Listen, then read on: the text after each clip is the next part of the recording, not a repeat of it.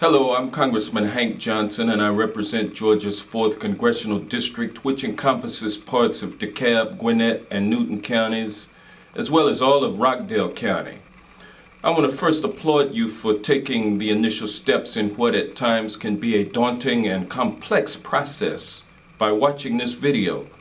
Government grants are one of the things that everyone talks about, but virtually no one pursues. If utilized correctly, application of grant funding can bring about positive change for the communities and businesses within this district, and I believe the following step-by-step instructions can provide you with a clear understanding of this process. Searching for funding opportunities. One of the core functions of grants.gov is its use as a tool to search for funding opportunities. There are 3 ways to use grants.gov search functionality. Quick keyword search. On the top right corner of the home page, you can conduct a quick keyword search by entering a word or phrase in the search field and clicking the Go button. The results will appear on the main search page where you can narrow and tailor the search. Browse opportunities. In the middle of the home page, you can browse funding opportunities in 4 separate tabs. Newest opportunities, categories such as housing or transportation, agencies, and eligibilities. Clicking on a link will take you to a list of opportunities that match that particular category. Full search. Clicking on the Search Grants tab will take you to the main search page where users can search by keyword, funding opportunity number, and CFDA number. Results can also be filtered by checking boxes under a range of categories, including opportunity status, funding instrument type, eligibility, category, and agency. Clicking on the funding opportunity number will take you to the grant opportunity page.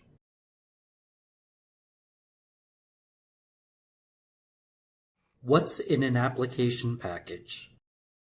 After you have registered with grants.gov and downloaded an application package, you are ready to begin filling out the required forms. Forms.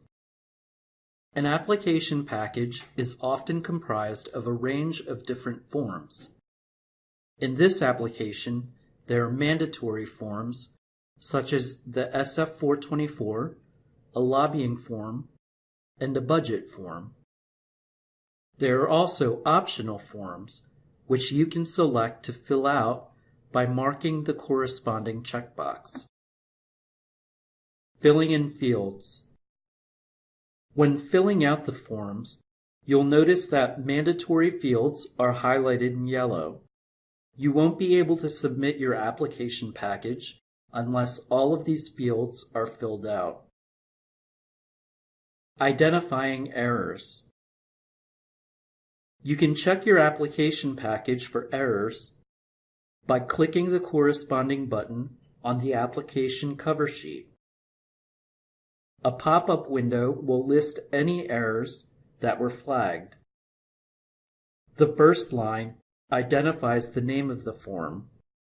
The specific errors are listed below. To fix the error, click on the form link on the cover page. Fields outlined with a red box have errors that need to be resolved. Attachments. Sometimes you will be asked to attach files to your application package. When preparing and naming these files, seek guidance first from the full funding opportunity announcement.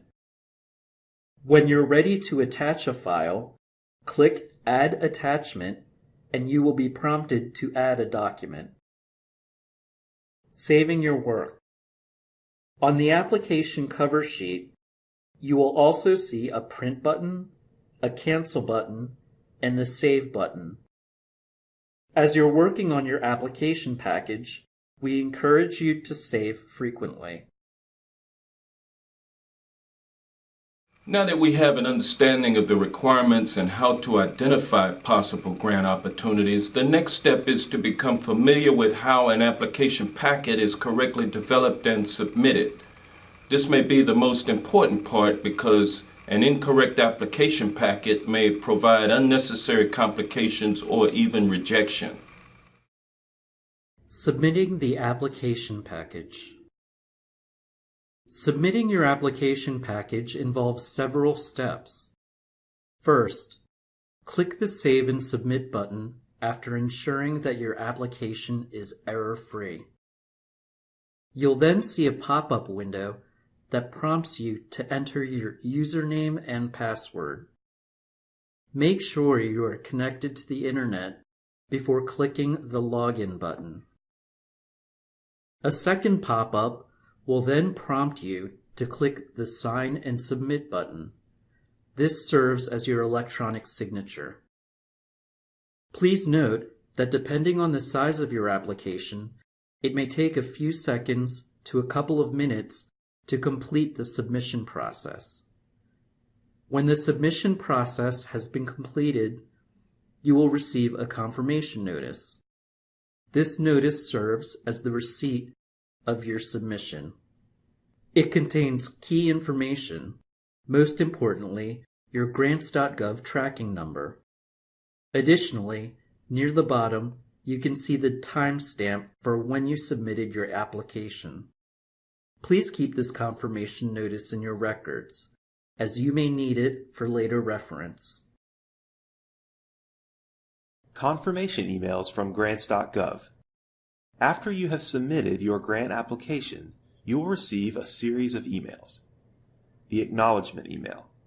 The first email acknowledges that you have submitted your grant application to grants.gov and that your application is being validated by the grants.gov system. The validation email. If your application package is error-free, you will receive an email that indicates that your application has passed all validations. Alternatively, if your application has errors, you will receive a rejection email that indicates what those errors are. When you correct these issues, you can resubmit the application. The agency retrieval email.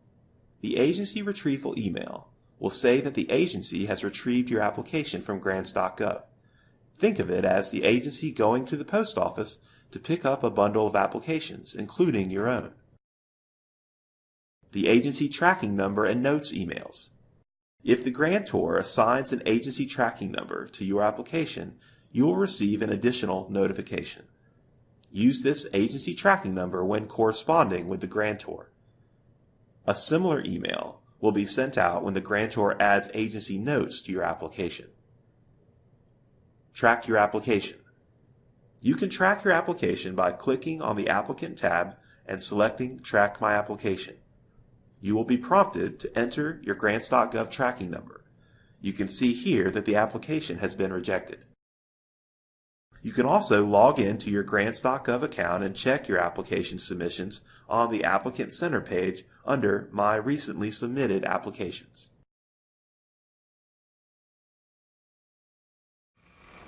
I hope this video has provided you with the necessary tools to be successful in the grant application process, and as always, it's an honor to serve you.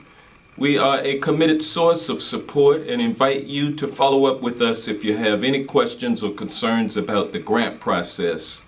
Together we can bring about positive and progressive change to District 4.